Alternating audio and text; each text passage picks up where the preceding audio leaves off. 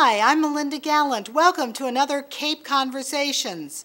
Oh my gosh, are you going to be excited today? We are in Provincetown, Massachusetts. You know, way up there on the tip of the Cape. Yep, we got in the car and we brought old Bessie down Route 6 all the way to Provincetown. And we're going to meet with a wonderful singer-songwriter. So come along, let's have a Cape conversation.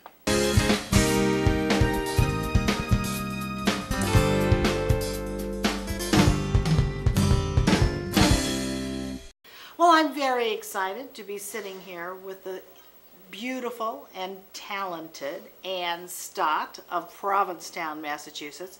Oh my gosh, what a harrowing experience driving to Provincetown to do this show. It was so much fun.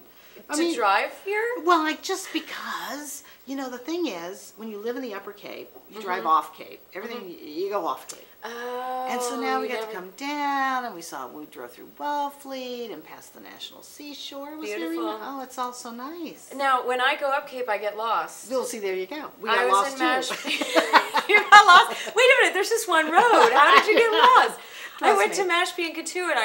I was driving in Mashpee, but I was supposed to be in Cotuit. Oh my gosh, what for?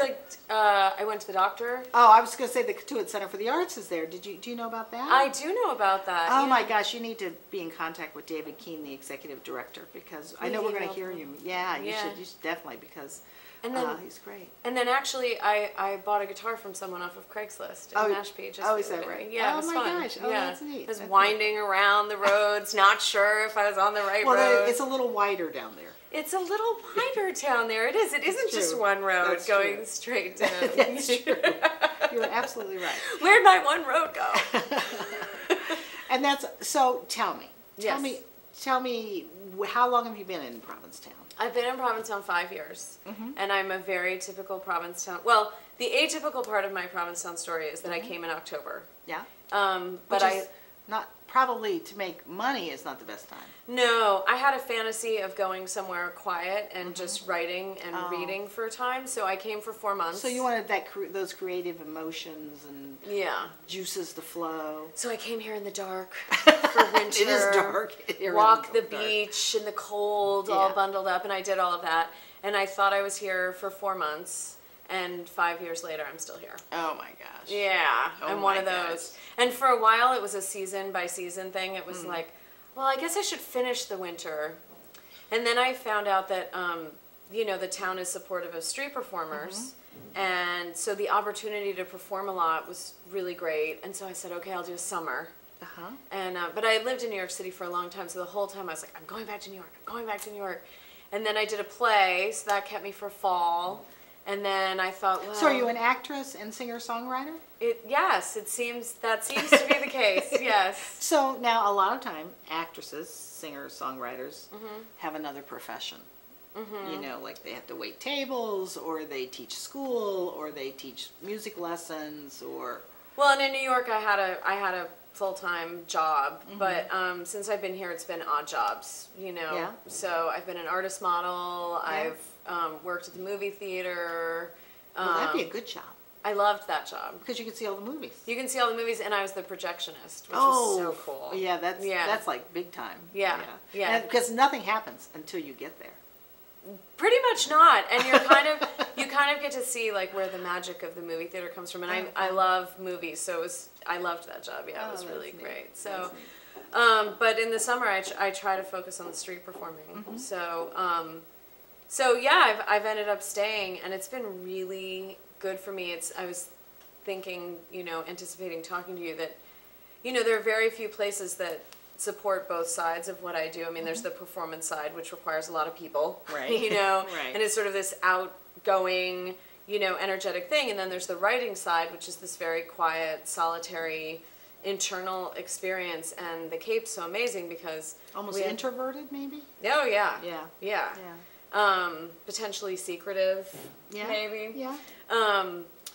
You know, because in the summer we're inundated with people who want to be entertained. Right. And then in the winter it's really quiet, and it's also stunningly beautiful, which the summer people don't know. No, they don't know. No, they don't know. And you tell them and they still don't totally buy it, and they don't come, so it's fine. Well, it's really funny. My husband and I come down to Provincetown either before June or after, into September, October. Actually, we were down here a couple of weeks ago and had just a delightful day, just a delightful day. And I actually have a friend who sings sometimes at the UU Church. Oh, yeah? She's a cabaret singer, and we've actually done a show with her. Her name's Pat Fitzpatrick, and she's a hoot. Yeah. And she actually has just produced the first gay men's love song CD. Oh, sweet. Oh, Yeah, that's nice. and it's wonderful. And you'll have to look her up online. She is a hoot, and you Yeah, actually I would get will. along with her Yeah, really well. yeah, I'll look her up. But she's got the whiskey voice, and she's an old. Oh, and she that. performs in New York still.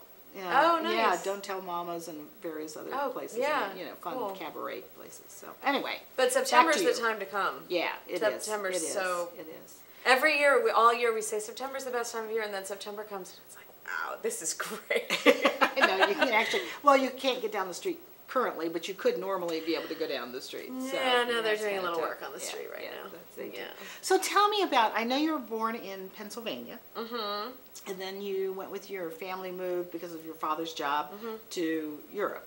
Yeah, we lived in England for 3.5 years. We lived in Luxembourg for a year and a half, which I don't really remember. Yeah. And then we were in Minnesota for a bunch of years. Well, But that's a whole different thing. that's a whole. But That that's was like a being shock. in Europe, but not. Yes. No, that was a shock. I was 7 when we moved to Minnesota, and it was. Yeah. Like I said, I was basically a little British girl. Uh-huh. You know, I had an accent, and Were you in Minneapolis or St. Paul? Or? outside of Minneapolis, and it was a little surprising to find ourselves in Minnesota. But when I was 8, we visited New York City, and I'm one of those people I just knew. And when I was 17, I went to New York and was there for 19 years. Oh, that's fabulous. So So- you graduated high school, skedaddled. Got out of town. Yeah, it's true. Is your family still in Minnesota? You know, only my mother. Oh. Yeah, everybody else has spread out. Yeah. So, but I do get back to see her, and she comes here to see me. Oh, I But- bet she must love this, though. Yeah, she Yeah, does love this. yeah. But she loved it when I was in New York too. Yeah, You well, know. she could do all that Yeah. New York stuff. Yeah, you know. exactly. Oh, but that's no, great. it's gorgeous Oh, here. that's- So. It is. It is absolutely gorgeous. So, you're a singer, you're a songwriter, you're an actress, but what do you like to do best? You know, it's not really, it's not an issue of like. Uh-huh.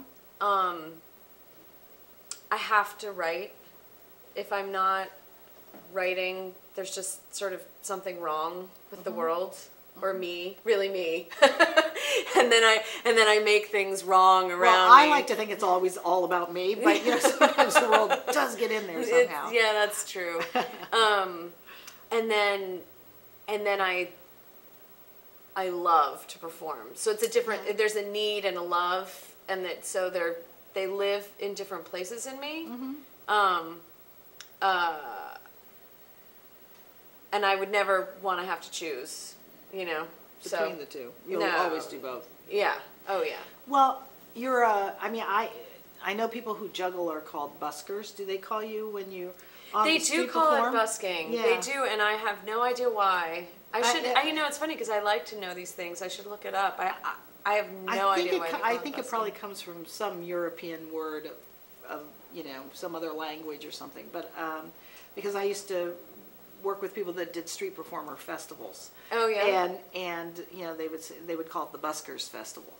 And they're all over the country now. But a long time ago there was a lot of them I never knew that word until I started doing it. here. Yeah, and then people. Had you would ever say- done it before here? Did you do it in New York? I did it twice in New York. Yeah. You know what I mean? You might get mugged there. Yeah. And it's just I think I wasn't really ready to do it, and it's it's a big city. It's a very interesting thing, street performing. It's very demanding, and you really have to take your space. You have to take it. Yeah. No one's giving you a stage and a spotlight. It's like Right. you got to have say, to stop those people. "This is my corner. Right. I own this corner." Right. And where do you perform when you perform? Well, in front of Town Hall is Yeah. definitely the best spot in Yeah, town, just it because of the is. benches and there's Yeah. space. And but I really love performing in front of the library. Oh, yeah? Yeah, especially on Friday nights when people walk to the east end of town for the gallery walk, and there are a lot of people, but it's not quite as frenetic as in front of town hall. So I like doing in front of the library, but then I've also done, Freeman Square and Siemens. I performed in front of Siemens Bank. Yeah. A fair amount, Sure. and sometimes you got to take whatever corner you can grab. Sure, sure. Yeah. Well, so now tell me, you've got to have some funny stories or some stories about busking. You've got to have, I mean, what's it like? Now, we all know that people come to Provincetown for various reasons. And tourists come sometimes for the artwork and whatever, and sometimes they come just to see what's going on. For the t-shirts and the taffy. You got it. T-shirts and taffy and gawking. They're into gawking. Yes, people come to gawk. It's true. And so, what's the I mean, when those buses come in from Ohio and Pennsylvania, what are the are they generous? Do you feel good about it? It totally depends. Yeah. You can't predict a thing, and you also can't really predict, like, there's no type who gives and type who doesn't give, and you really can't predict a thing. It's really different every day, but there's always something sort of entertaining. I mean, the best thing is when someone sits down and it's clear they really get what I'm about. You know what I mean? That's obviously the most exciting thing for me. Sure. That out of kind of the masses walking by, someone stopped long enough to, take it in and then said, hey, wait a minute, or like these women said this year, like, they sat down and listened, and we got chatting, and they were like, oh no, we went and got our lunch and brought it back here just to hear you. You know what I mean? Like that. Sure. So those moments are obviously the best, but the kids can be really fun. Like, the kids can be, because they're so, a lot of times the adults going by, they're not used to street performers, and they don't quite know how to take it in, and they're confused, don't look at me, and they don't really know, am I supposed to give? Do I have to give? Should I not give? There's and you can, you're singing your song, you can see this whole process going on in people's faces. Sure. But the kids don't have any of that. They're just, they like it or they don't like it. Right.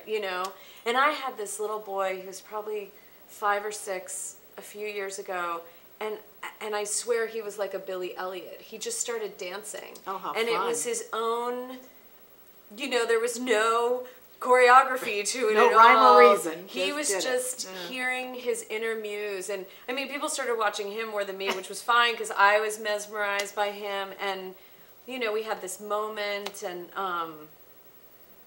so the kids can be really inspiring because they're so uncensored about what they feel, and if they want more, they want more, and they're just going to tell you more, right.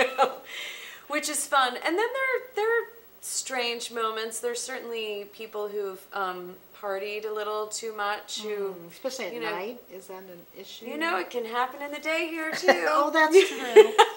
How silly of me. And there are people who come up and ask to play my guitar. Really? Yeah, that's very strange. And do you let them?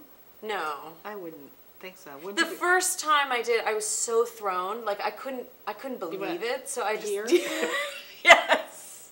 Oh my gosh. Kind of. I was, because I thought, should I say no? Should I say, I don't even know. I have no, what? Do you have a strap or something you could hold on to in case they decided to run with it? But now I say no. Yeah. Now I say no. You know what? I'm playing now. Yeah. There you go. And this belongs to me. Go buy your own guitar. Yeah. I don't. That would be weird. It's almost like having somebody take your picture and then they run with a camera.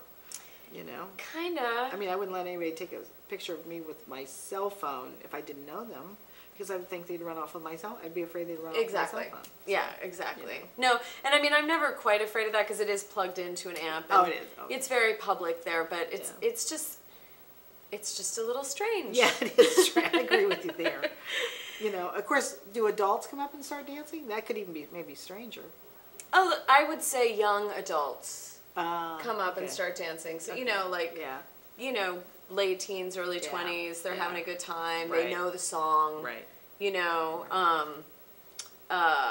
That's another fun thing because I'll ask people, what do you want to hear? But it's shocking how many songs I don't know. You know what I mean? I play You a lot think of you know a covers. lot. Yeah, I think I know a lot of songs, but there are thousands and thousands of songs I don't know that have been requested on the street. And you don't race back and to your house and start learning them, do you? hold that thought. Sometimes I do, because sometimes people make really great requests and it's like, oh wow, I should know that song. Yeah. You know? Yeah. But when someone says, do you play, for instance, someone came up to me on the street this summer and they said, play Psycho Killer. And I know Psycho Killer. It was so exciting. I was So like, you actually played it? Oh yeah. Oh wow. Well, Yeah. Oh yeah. And of course you know all of Katy Perry's, right? All of them. That's always interesting too, when people request sort of like the latest pop hit and I'm standing there with an acoustic guitar and it's like, really you think I'm gonna... I do a Britney Spears song though. Oh, you do? Which one? I do Hit Me Baby One More Time. Really? Yes, because here's the thing. That song is incredibly fun to sing. Well, it would be, yeah. I Well, have fun it's doing great it. to sing along with in the car. There you go. You know. Yeah. My theory about music, not that anybody in the entire world cares what my theory is, Well, I care right now. but the reason why rap, which I know there's a certain element and certain, lifestyle and built up around rap and that type of music. But the reason why it isn't like really a popular genre, like the Katy Perry's and and Britney Spears, is because you can't sing along to it. You have to be able to. Now you think about it. You go back in time. Go back to the music of when you Swanee, How I Love You, all those songs. Everybody, the Beatles music, Elvis Presley, the Beatles music, all the '60s music. Crosby, Stills and Nash, all that music. All that great music in the 60s and 70s. And then we get to disco, which was a little weird, and you couldn't sing to it. And then which evolved into rap. You can sing to some disco. Well, you can. Of course. First I was afraid. That's true. I was petrified. And I know, and we all sing to it when we've had way too many glasses of red wine. But it is funny to me that music that endures, it always seems to me that it's music that the general population can sing to.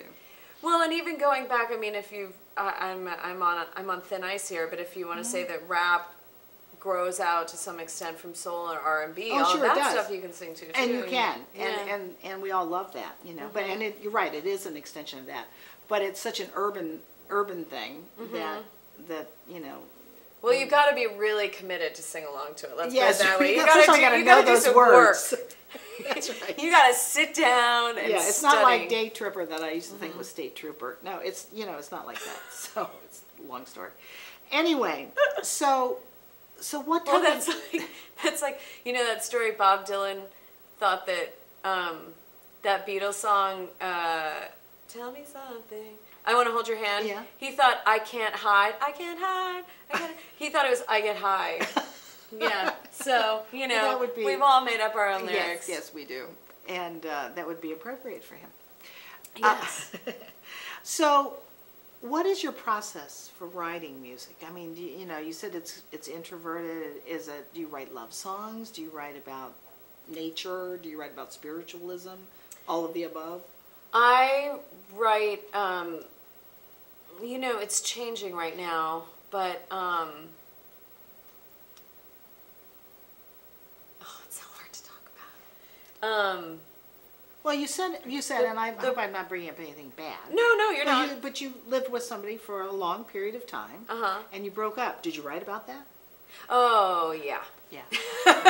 Well, it's catharsis. Yeah, right? no, my album, although I don't write very well when I'm having a hard time and I'm talking to a friend about it or whatever, and they say, well, this must be great for writing. I'm like, no, this is not great for writing. I don't write well when I'm disturbed. It's not like I'm disturbed and then I go to the page and I get it all out and then that's the song. It's not... There's sort of other steps between the disturbance and the song for me. But my album Pennsylvania, which is called Pennsylvania, is it released now? Yeah, it's out. Oh wow, great. Yeah, my album is. I would be foolish to try to deny that was definitely a broken-hearted album.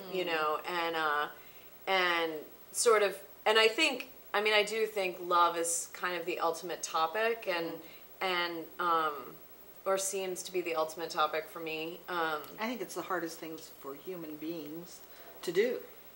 To love is the hardest thing to do. But it's the thing we need the most. And it's the thing we need the most. You're right. And so that's really interesting that you said that, because I think that tension, that we need it so desperately, and that it's the hardest thing to do, I think that tension informs a lot of my writing, you know, the conflict of that in us, and how do we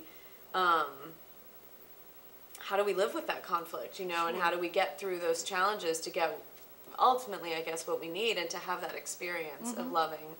I've had people write that my songs are adult love songs, in that they're not, I've written very few like love Taylor songs. Swift. Yeah, they're not, oh, I love you so much. Right. You know, they're really about exploring the challenges of loving. Right.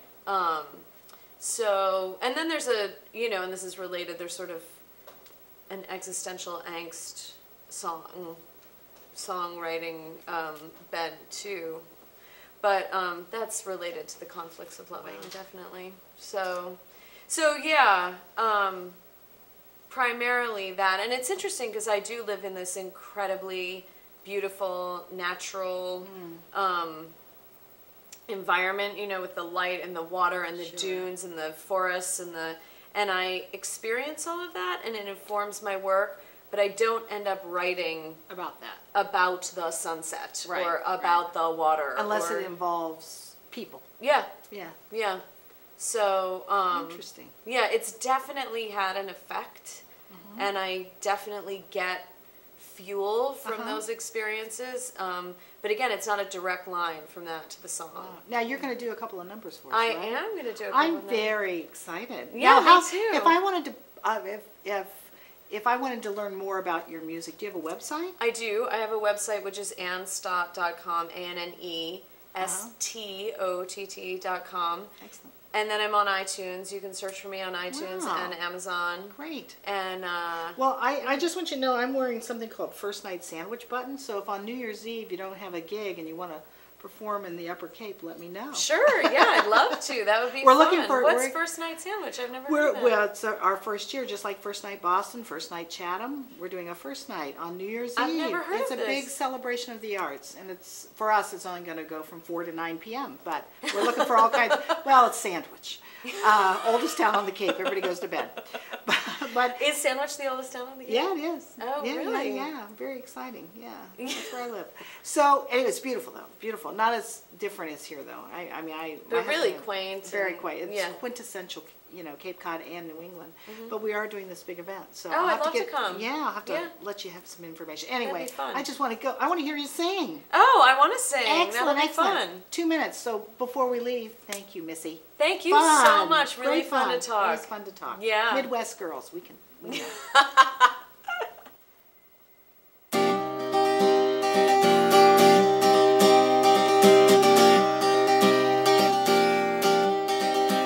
I'm riding out on this westbound train. The sun is setting as the platforms change names. Seems I'm leaving for parts unknown. Maybe you left me long ago.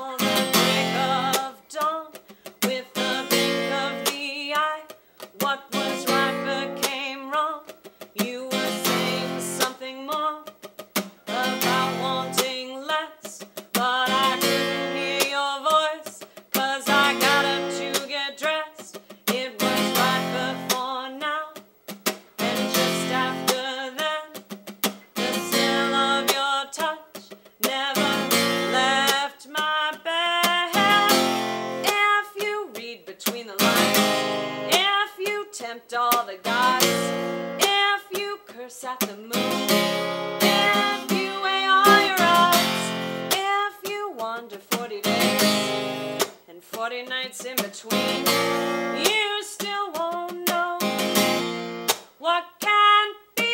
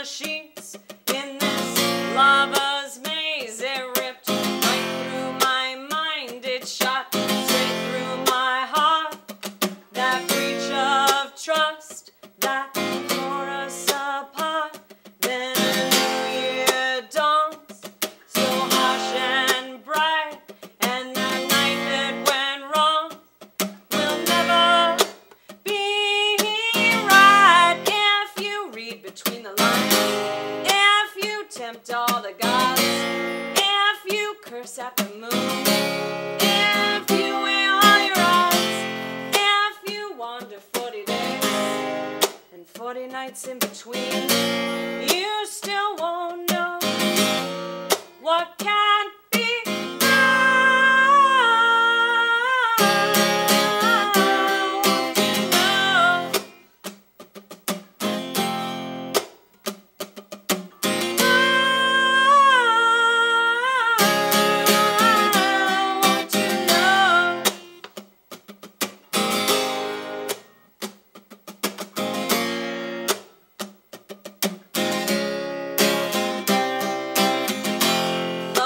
Conquer what you won't receive, but love will steal that which you withhold.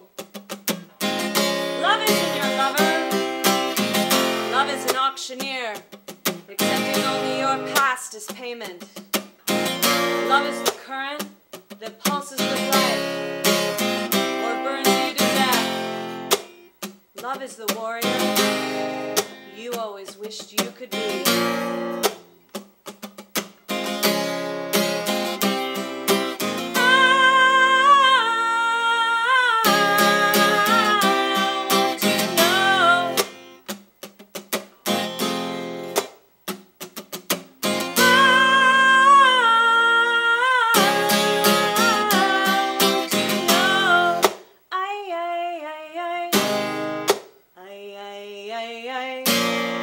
I want to know. I want to know.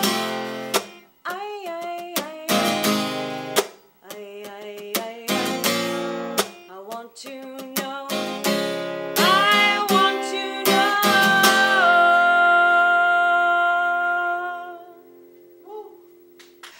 Thank you so much for joining me today down in Provincetown. Wasn't Ann Stott terrific?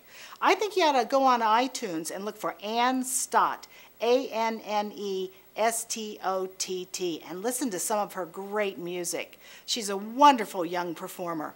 And come down to Provincetown. What a great place. Anyway, thanks for coming along today and joining me for a Cape Conversation. See you next time.